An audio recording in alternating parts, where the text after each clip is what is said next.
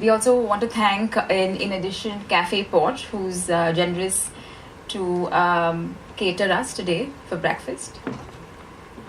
And this is us, who kind of managed to hold the sessions in Mumbai. We have Amishi, who hosts the session. Unfortunately, she's not able to be with us today. We have Jasim, whom you all must have met near the entrance, helping us, you all check in.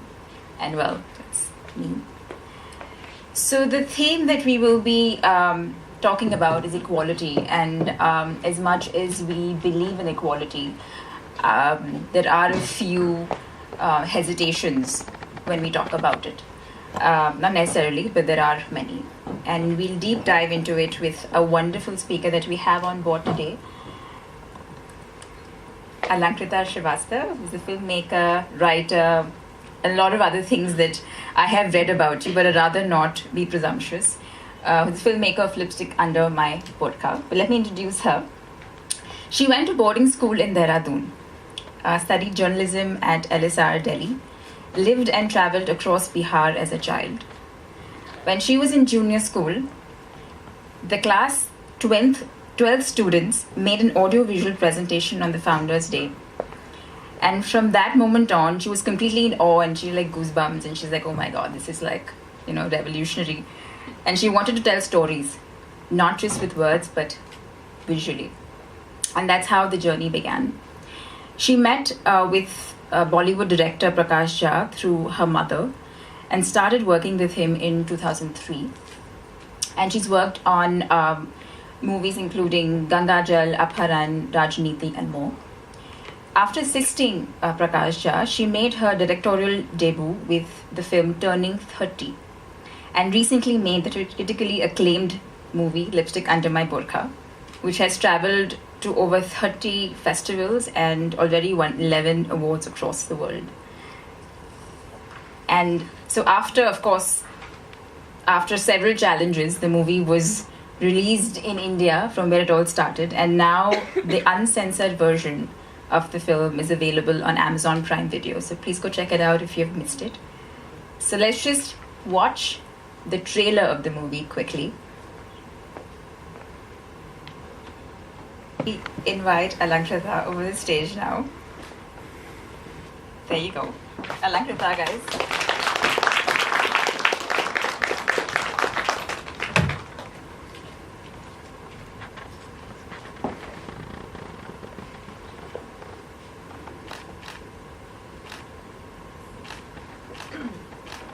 Right amount.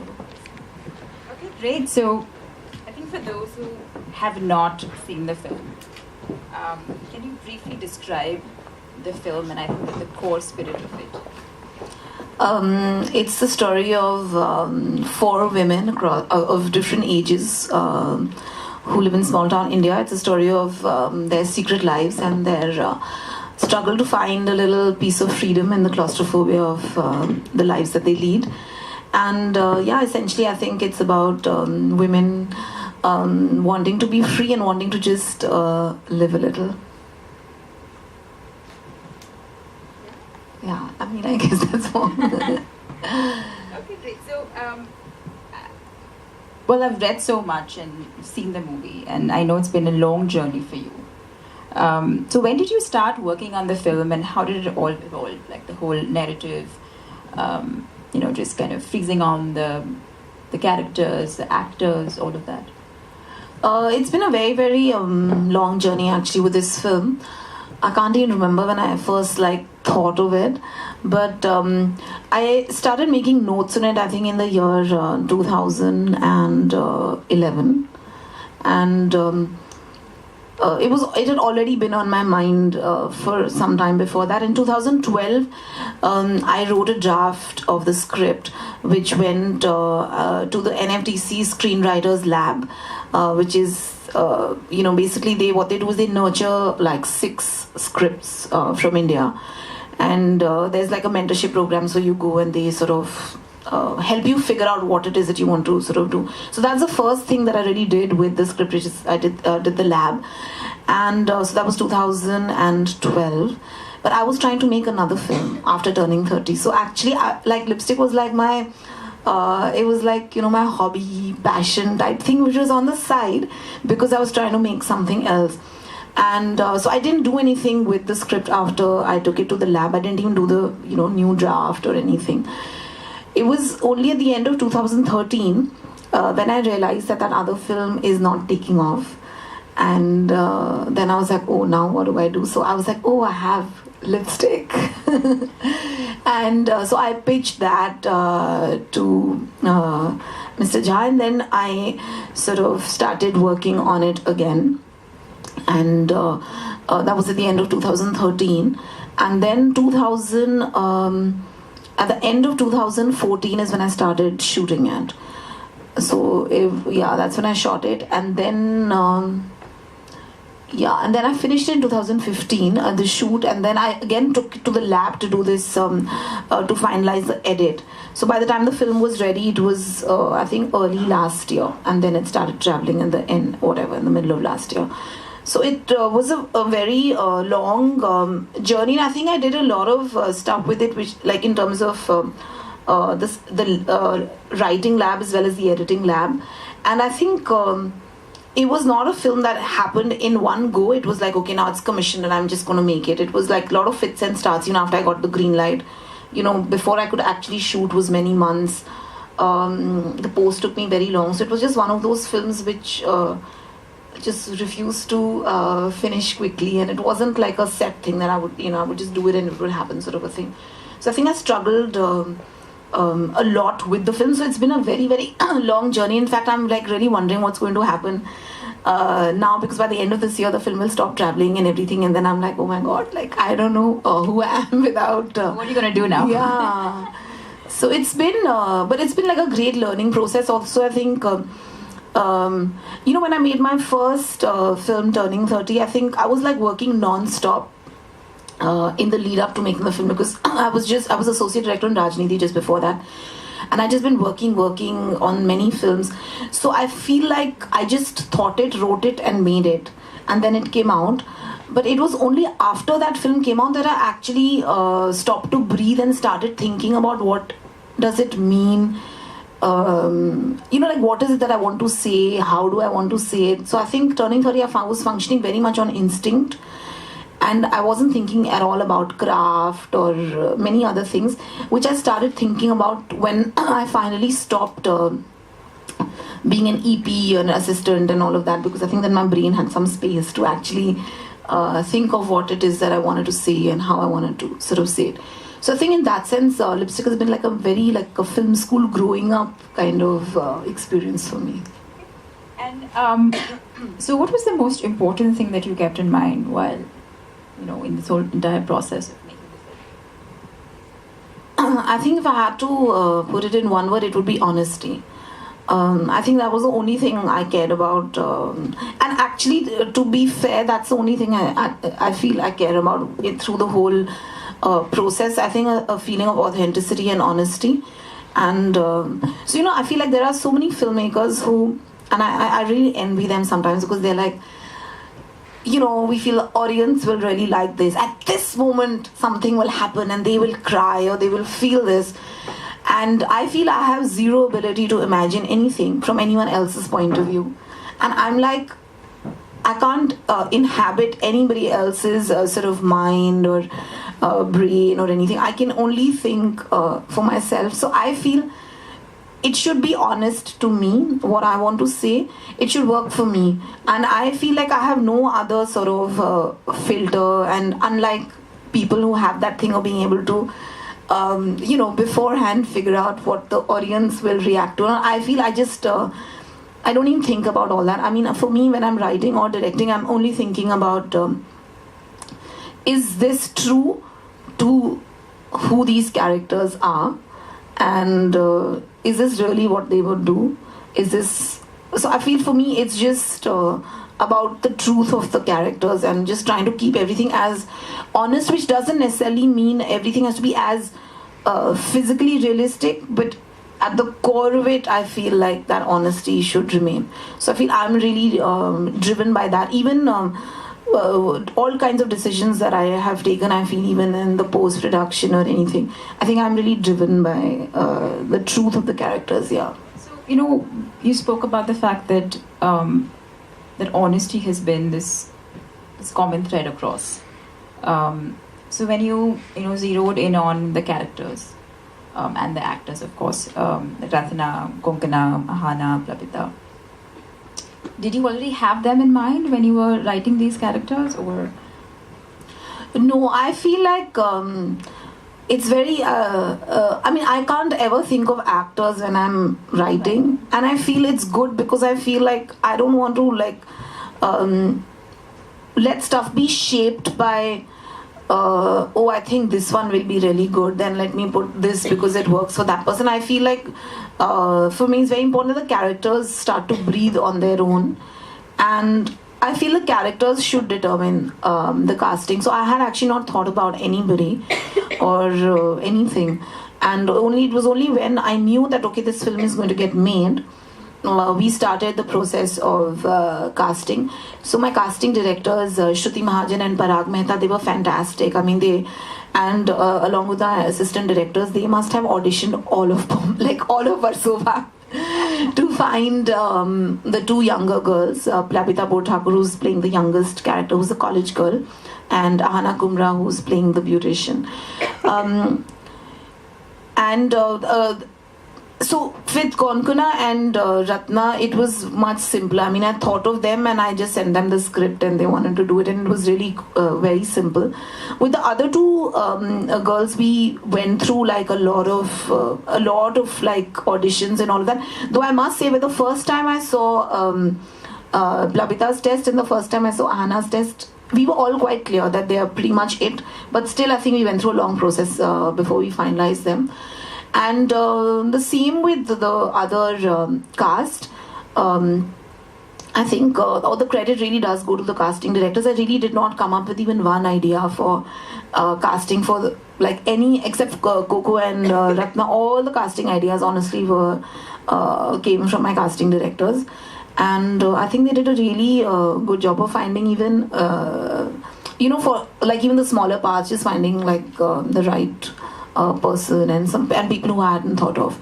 So I think it was an interesting experience to put together this cast. So I want to go back to this whole aspect of how you started with honesty, being a part of your brief, I would say. And I believe most of us belong to the creative industry here. We have briefs and we have to kind of boil it down to your manifestation, your deliverable at the end of the day. And it's important that we get the right brief so we can design the right thing. So when you got the entire cast together, how did you make sure that once they of course start acting, the film kind of kicks on, that they sustain that? I'm like a great believer in a lot of preparatory work. I'm not one of those who will be like, I'll just go on set and we'll figure it out. We did a lot of work with the actors. I think we prepped for more than a month just with the actors in terms of readings and rehearsals.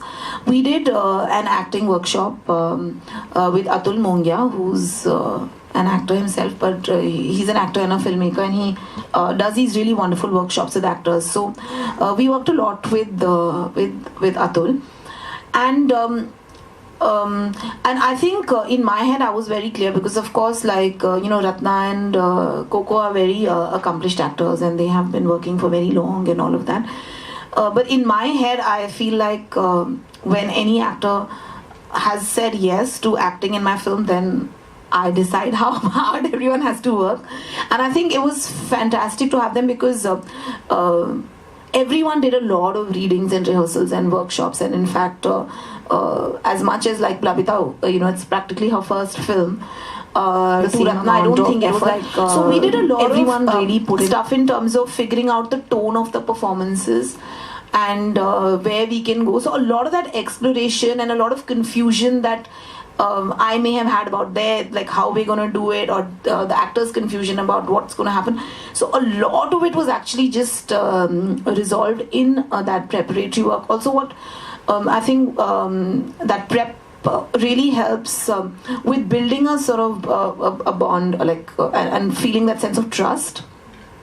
So I think that relationship also, gets built before you've gone on set. So when you've gone on set, you can actually just work at upping the game in terms of just, digging deeper rather than figuring out the basics, because at least all that you have already done. So I think I already had explored various things that we can do in a scene. So at that time we could like take a call, okay, no, let's do it that way. So I think for me it was the preparation work, and I don't think that I had to work so hard as to give anybody a brief about the intent and let's make it honest and real. I think it was quite evident from the script itself, and I think through the readings and all, it was very clear. I don't think anyone had any sort of illusion or feeling that that there's some sense of I don't know how to say, but like a space which is not honest. I think it was very clear and it was very self-evident in terms of the intent of the film. So I think, and the fact that we spent a lot of time together before the shoot, so I think it clarified a lot of things, and everyone was at ease.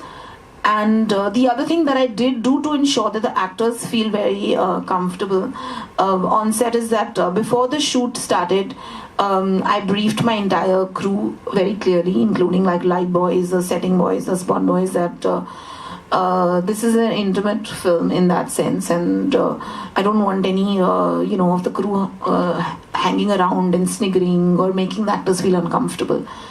And I think that was one thing that all the actors said, that they felt very, very comfortable on set, and they really felt that it was a very safe space for them.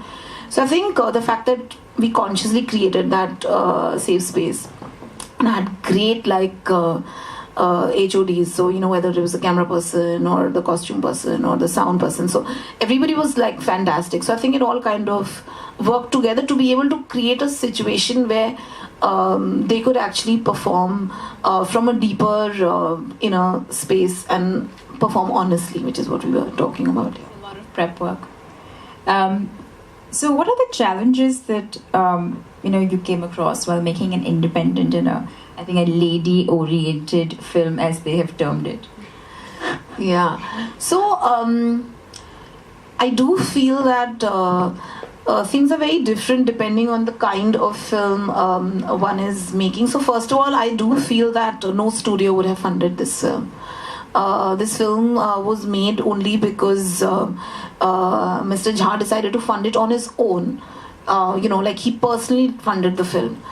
I don't think, I don't feel like studios in India are that geared towards really taking that call of coming out and supporting alternative voices.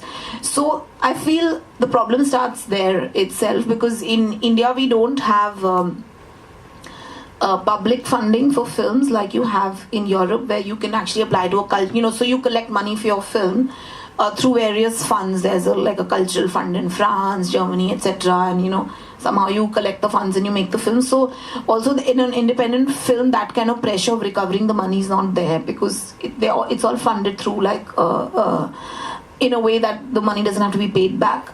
In India, we don't have any such system. So the NFDC was funding films back in the late 70s and all, but that doesn't exist anymore. So the funding part of it. So basically what happens with smaller films is that you're trying to get resources from the same people who are actually only interested in the tentpole films, the big Bollywood films, because they feel with stars and all, which are going to get them, it doesn't matter that many of them actually turn out to be loss-making ventures, but in their heads those are safe films. So what happens is that you're competing for funds from there. So already you're on the back foot. Then these independent films are more realistic in nature, and just how it works out, stars don't want to act in them. When stars act anyway, it doesn't remain such an independent film. So it becomes like you're totally on the fringes of the system. So you're functioning with, somehow you manage to get some money. So you're anyway functioning with very low resources. And then, of course, if your film happens to be about women, it's even more difficult. Because people have this thing of, they feel it's not viable, what will happen. So basically, a lot of this hesitation is coming from the fact that you don't know how the money is going to come back.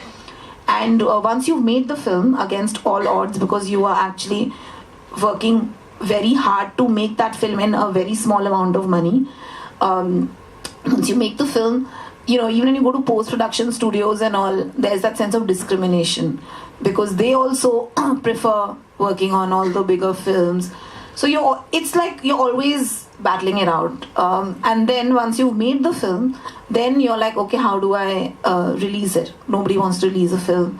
Because again, you're competing with the same spaces. So a Masan has to release alongside Prem Ratan Dhan Payo, which like 10 Masans are probably the cost of just the publicity of that film. Yeah. But you're competing for eyeballs in that kind of a situation. So you don't have money to market the film because, TV promos are really expensive. You don't have the stars which the country is obsessed with. Within the theatrical space, it's like you send out the posters of your independent film, you see what happens. How like the big films, they take over all the space. So they'll put your material in one sort of corner. And anyway, it's very hard to get funding to actually release a film. It's very expensive to release a film theatrically. So even if you've cobbled together the money, or somebody has, partnered with you and given you the money, programmers who are all men, who they decide what kind of show timings you're going to get. So it's very clear, like if a toilet ek Prem Katha comes out, it'll get all the shows in all the screens. So a small film like Gurgaon will not get any proper show timings or anything. So it's like a battle constantly. So it's also very technical. I mean, don't want to get too much into the nitty gritty of it, but basically you're always on the back foot. And then your film comes out, and the audience in India, more often than not, for independent films, they don't want to spend their money. They would much rather go and see Dabangg 4 times than actually. So you're constantly operating in a cycle where you are just struggling to survive. So I actually feel any independent film that actually gets made and released is a huge victory in itself, because the kind of systemic things one is fighting just to make it, to tell that story, to get it out is really amazing, which is very different from like a big film where it all just happens much faster and it's like a different sort of a game altogether. But it does also have to do with the fact that in India we don't have any alternative screening spaces for smaller films. Ticket prices, which should be very different, like you should have to pay much lesser for a smaller film, but that's not how the multiplexes work. So everything becomes like prohibitive. So that's in terms of an independent film. Yeah, so tell me one thing. So it's not just that the film fraternity didn't receive it, or kind of threw a lot of challenges at you. It was in every sphere of where you were going. Yeah. And it's not again the first time that we have a more female oriented film in India, right? So what is it that you feel that like we want to believe that we've come of age and we are the modern Indians, but I think with what's happened and what you're saying, that it's just so difficult. Yeah, so that part I'm saying is for an independent film, and I would say that is true for a film whether it's about men or women. Maybe a little harder, but I feel like this battle with the system of how to make the film and get it out is independent cinema versus the more mainstream cinema. And of course things get more nuanced and even more hesitation when you're like, yeah, these women's, their stories and all, who's interested, that kind of a thing. But as far as lipstick and the whole thing about lady oriented, I of course had the additional challenge then because the film didn't get certified. So I applied for a censor certificate at the end of December last year, and I got it in my hand on the 3rd of June this year, which is more than 5 months. And then of course, as soon as we got it, then we announced the release and all of that. But that, of course, was, I feel, coming from like a space where I think that we are like a free and democratic country on paper. But I mean, I think what happened with lipstick made me realize that that's perhaps not so much the case when it comes to the lived reality of things. And I feel that the Censor Board of India, when they decided to refuse certification and in effect ban lipstick, so to exhibit would become illegal, exhibit it would be illegal. I think they were operating very much from a space of very entrenched patriarchy, and I guess a sense of fear, because they felt like a film which actually deals with the intimate lives of women from their own point of view is a threat to the status quo, because I just going back in time, like I think if we just look at the history of storytelling and filmmaking, it's actually completely been controlled by men. They've really been very, very few and far between, in terms of filmmakers who've been women, or even producers who had like very major deciding sort of powers. So for decades and decades, we're used to consuming a popular culture which is completely molded and shaped by how men see stories, how they see characters, and the audience has completely been conditioned into consuming culture from completely the male gaze as well. So it's not just about being male or female, it's the eyes that you develop for creating acting. So I think it's so male that and we've all kind of accepted it, and we haven't really thought about it, which is why I feel in a country like India, where there is so much discrimination against women and so much violence against women, we celebrate a popular culture that objectifies women, that stereotypes women, and and we think it's okay, where stalking is glorified as love. So we go and we watch those films, we dance to those songs, we love it, even though it's very, very regressive and creating, it's just adding to that vicious cycle. So it's fine if it's there, but I think what becomes very problematic is when as a society you're going on creating and consuming that same popular culture and not giving any space to alternative voices, which is why I wanted to talk about this whole independent cinema versus mainstream cinema. And the reason cinema was cinema is like the most it's the largest content that we consume as Indians. So you have a society which is like this. You have a mainstream popular culture which completely feeds into this constantly. Even the fact that in 2017 we still have something called the item song, and we can even talk about it without thinking about how sexist it is amazing. But what is more problematic is, because okay fine, the mainstream is always there, etc., nobody says it shouldn't be there, but shouldn't we have like a popular culture where there are all kinds of voices and all kinds of ways of seeing things?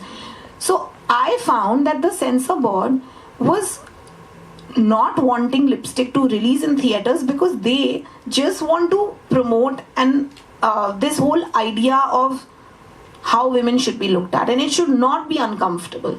So there's a lot of sexual content in cinema in India, but it all caters to the fulfillment of men and the fulfillment of male desire, and that's how you're sort of looking at things. So to talk about sex as something that that women might not be experiencing in the same way, or that they might want agency over their own bodies and lives, I think they found that very, very disconcerting. But I must say, I don't feel that the censor board represents actually like all of India or any such thing. Maybe like a certain kind of mindset, because when the film did get banned, we got so much support from I got so much support not just from people across the world, but like so many people from India who had not seen the film or anything, and they were totally like, we are totally with you guys and we want the film to come out. And so I did think that was very, very interesting to note that people were so unhappy and angry with the decision of the censor board. So clearly there's a sense of disconnect between what the censor board was doing and what complete dichotomy. What people sort of wanted, and then so I think so I feel like this whole thing about them saying that you can't sure the film should be refused certification because it's lady oriented was just reflective of their kind of mindset, and also of course it yet again brought into focus the fact that as a free and democratic country, is it okay after 70 years of independence that we have something like the censor board where we can elect our own government, but we don't have the right to watch what we want to watch? And I do feel it's just blown up in our face right now. The truth is, we've been living with censorship right from the time we became independent. And that 1952 Indian Cinematograph Act is what is what all the guidelines are based on it and all of that. But I feel even as filmmakers and as citizens, at some level we were okay with it. So it was just continuing, and I just feel at some point, so I feel like now many more people are talking about censorship in a way I don't think anyone was concerned about it or whatever, but we have been living with it. So I think maybe it's time for the newer filmmakers to really challenge this whole idea of what you can make and what you cannot make. And I think if we don't do that, this whole thing of what popular culture is being consumed and created in India, it'll just remain the same. So I do feel that it's important for us to push the boundaries to really start seeing things differently. We can't keep seeing things the same way. So we had Sati also, but there was a time we had to take a call on it and say it's not okay. So I feel like, even censorship, we have to be like, now yes, enough. Because like we just discussed right now that the people really embraced the movie.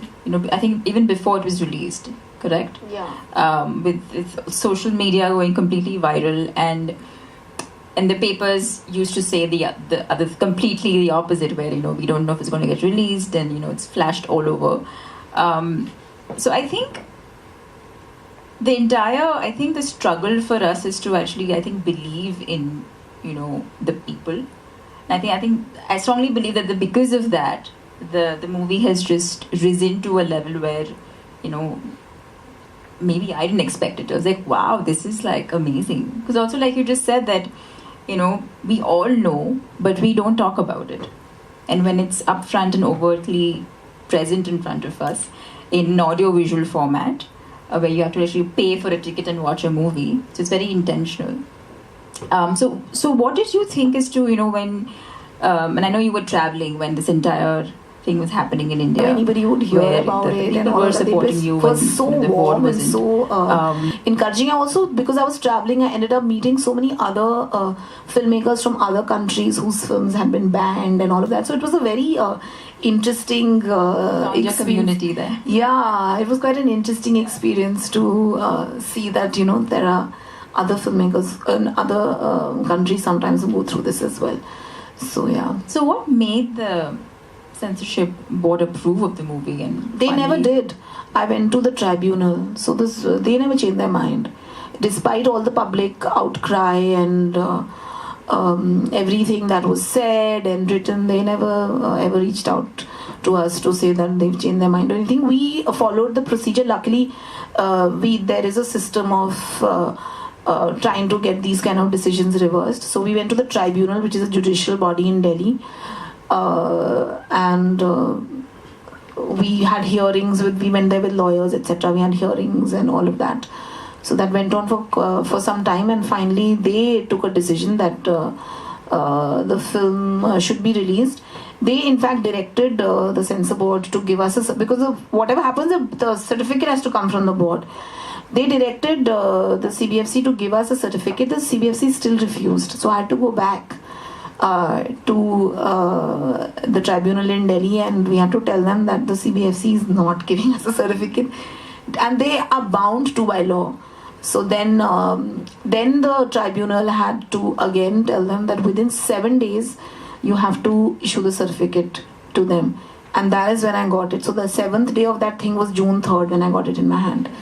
So yeah, they were just sitting on it, not wanting to certify the film. So they never changed their minds. Nothing has changed. Nothing changed for them or with them. They've watched the film, I'm pretty sure.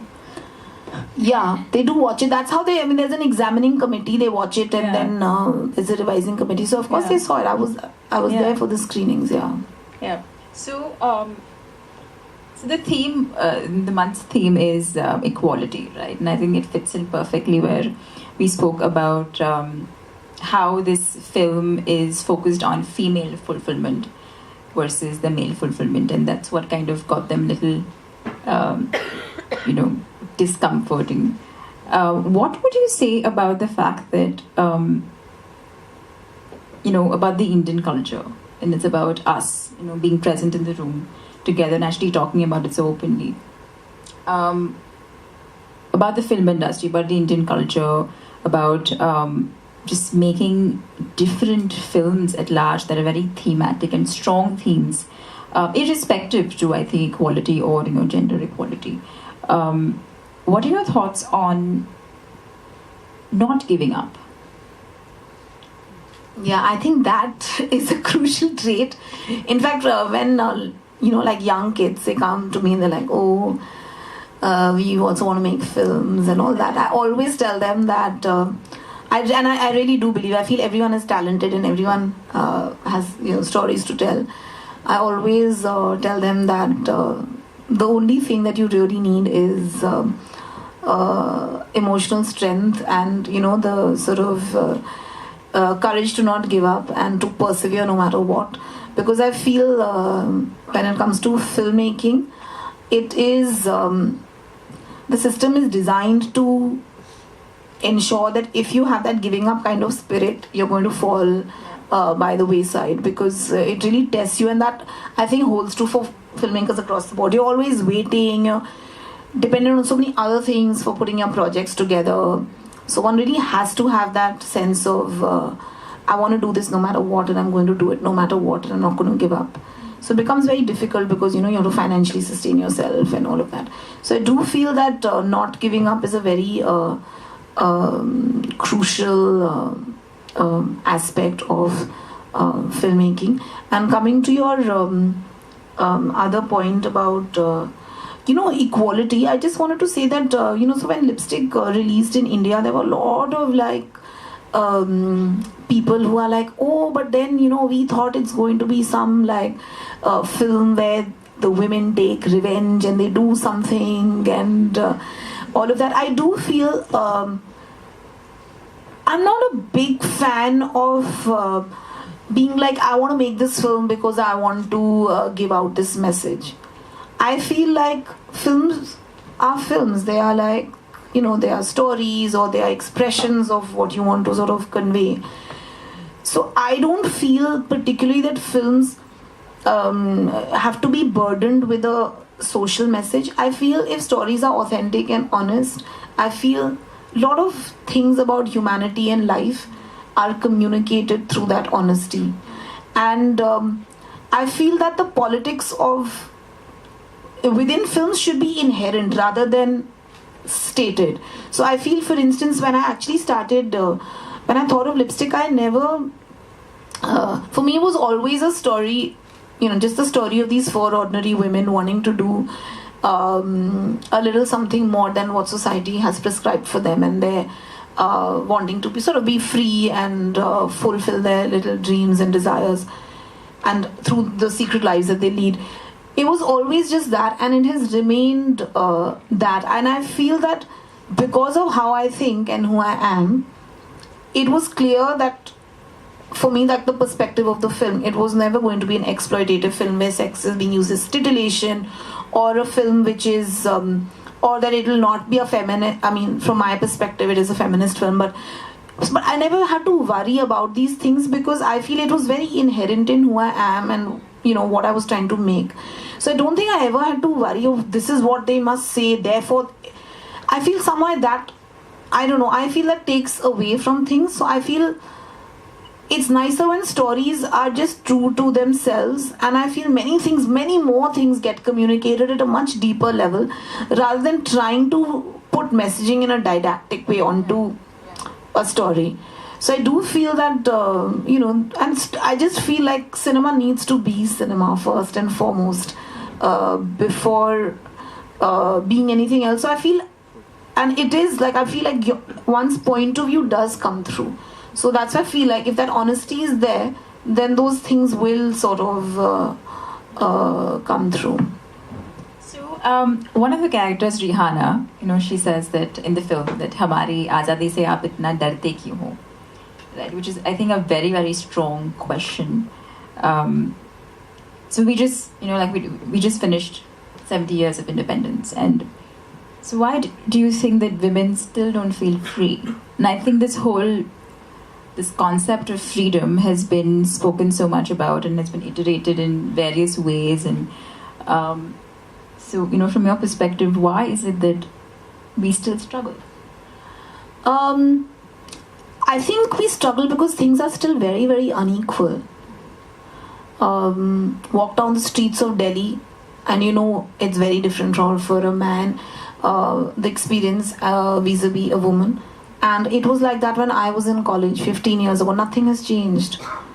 So I feel there's a lot of inequality. I mean, if you look at any field, whether it is doctors or it's lawyers, it's engineers, it's filmmakers, the number of women occupying positions of power, there's such a huge disparity.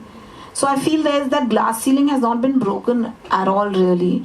And so I feel things are still, there's still dowry deaths, there's so much. So I just feel that women are not free because things are not so free, because that inequality has moved. I mean, we are better perhaps in many ways, but we're so far from things being, from living in an equal society.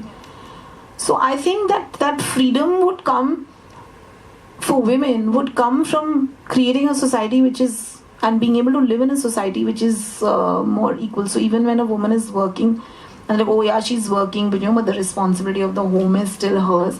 So I just feel there are so many things.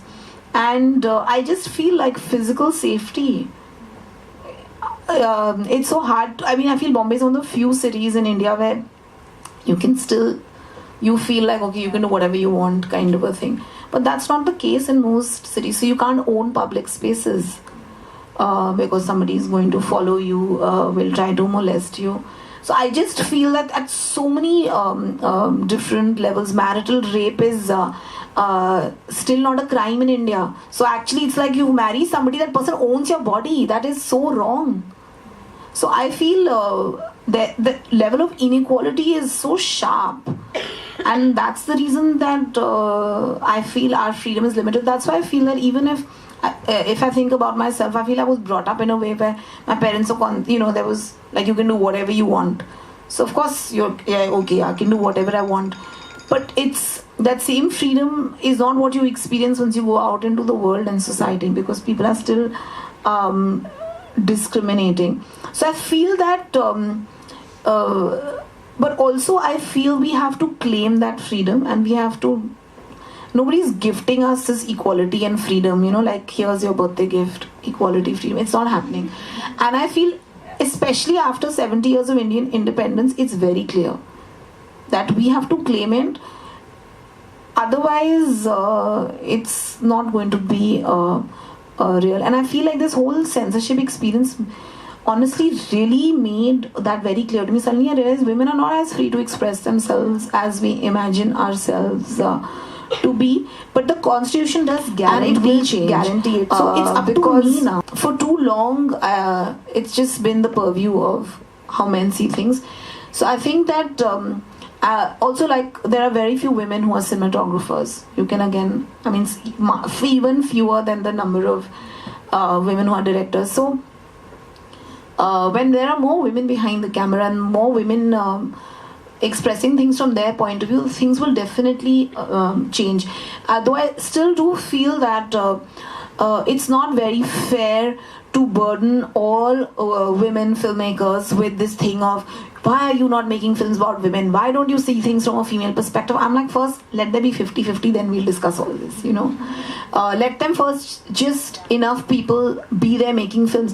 So I feel definitely there is something, there is a difference in perspective. It's just about having the same way that we feel like in Parliament we need to have more women who are representing people, the same way in the corporate scene you feel like there should be as many women in the room as men.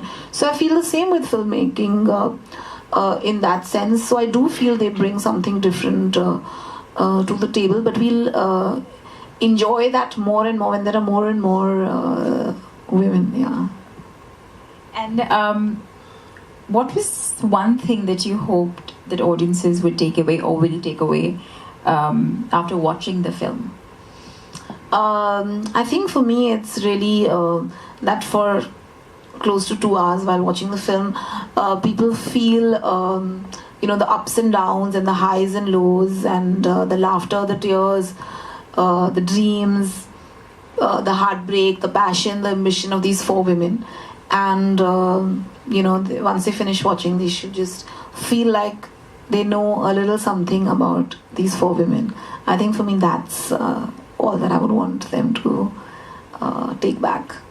So we have, clearly we have a young bunch today, and any advice for aspiring filmmakers or people who have side projects who have not kind of kicked off, or any creators of art or design, just creators in general? I don't know so many people actually who are into design, but I do know a lot of people who are doing other things, and for instance they want to write, and so just first just speaking about the ones who are doing it more as a side thing and they have day jobs. I feel it's very important to actually do the writing. So even if you're working, you have a proper day job, I think it's fine. But like to really have that discipline to get up in the morning or late at night, whatever time it is, but to do it every day, or if you've designated weekends to it, to actually just do it. Because I feel really the difference between people who come out with their books or who come out with their paintings or who make their films is the ones who really, it's just that, the ones who actually physically make the effort to do it, and the ones who don't, who talk about it and are thinking about it and want to do it, but they give up halfway or they're not consistently doing it. So I feel like it's really in the doing and the consistent doing, and I feel that's how one sort of grows. And I also remember when I was assisting, and I remember this very senior writer Anjum Rajabali, who I'm quite close to and very fond of. I told him, I have written a script, and it was the first script I'd written. I was very, very young at that time, and I was like, I just hate it, it's so terrible. He just sat me down, gave me a cup of coffee, and he's like, do you think you're a genius? So I was like, no, of course not, I'm telling you my script is really bad. And he just told me, he's like, the only important thing is that you've written it. And he's like, please don't be scared of failure. Everything good creatively comes out of doing and more doing and redoing. So like writing and rewriting, or I don't know, I guess that's the same with other forms of design. But he was like, please don't be scared of that process of bringing out stuff which you yourself don't like, because there's no way around it. And he told me, he's like, unless you do this a few times, you will never arrive at something that is worth making. And I really followed his advice, and I wrote 2-3 things which never got were fully done, but I kept trying to do something until I actually wrote Turning 13. I decided to make it. So I really do feel that maybe some people, like with them it just happens, the first thing they create or write, it's fantastic. But for most of us, it's like just being committed to doing that thing and just doing it consistently. I feel like wonderful things emerge from there. So I think whether our day jobs are our creative jobs or it's our side job, it doesn't matter. But what matters is that feeling of, I'm going to be at it, I'm not going to get disheartened because I think that what I've done is not that great. I'm just going to keep at it because I will arrive at something. And so also I feel like the process is always about continuously growing. So it's fine if, and I feel like to keep looking back and say, okay, how can I, do better today than I did yesterday? Or if I'm composing a song and I think it wasn't that good, then it's like the next time how can I, work harder on it or make it more beautiful. So I think I'm a great believer in just the everydayness of the rigor of just being at it and getting there. I feel that's actually, for me, I feel that's the only short way of getting anywhere, because everything else, like all kinds of things do happen, suddenly like something happens, but those things are like dependent on chance and all of that. But luck, that you say. Yeah. Right, so let's not wait for the luck to come to us. That's what she's saying. So what's next for the film? Well, for the film, we haven't done a theatrical release in other countries, so we're looking at releasing. So we're just sorting out the international releases in a few countries, like the US and whatever, France and all of that. So we're just trying to figure that out. The film is still traveling to various festivals, so that continues. Also, we're campaigning for the Golden Globes because the Hollywood Foreign Press Association asked us to campaign for that. So that's what's happening. And what's next for you?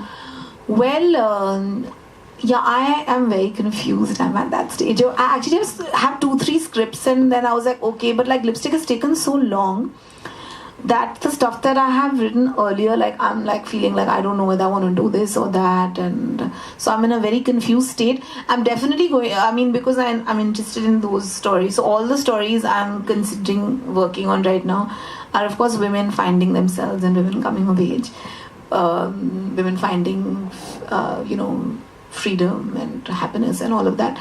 But I'm not sure as to what I'm doing in terms of my next film. And I hope to feel more clear in a couple of months. I don't want to be confused. Yeah. All right. So I think that's great. Now I'm sure we have a few questions from the audience. Do we have questions? Yeah? Can we have the lights?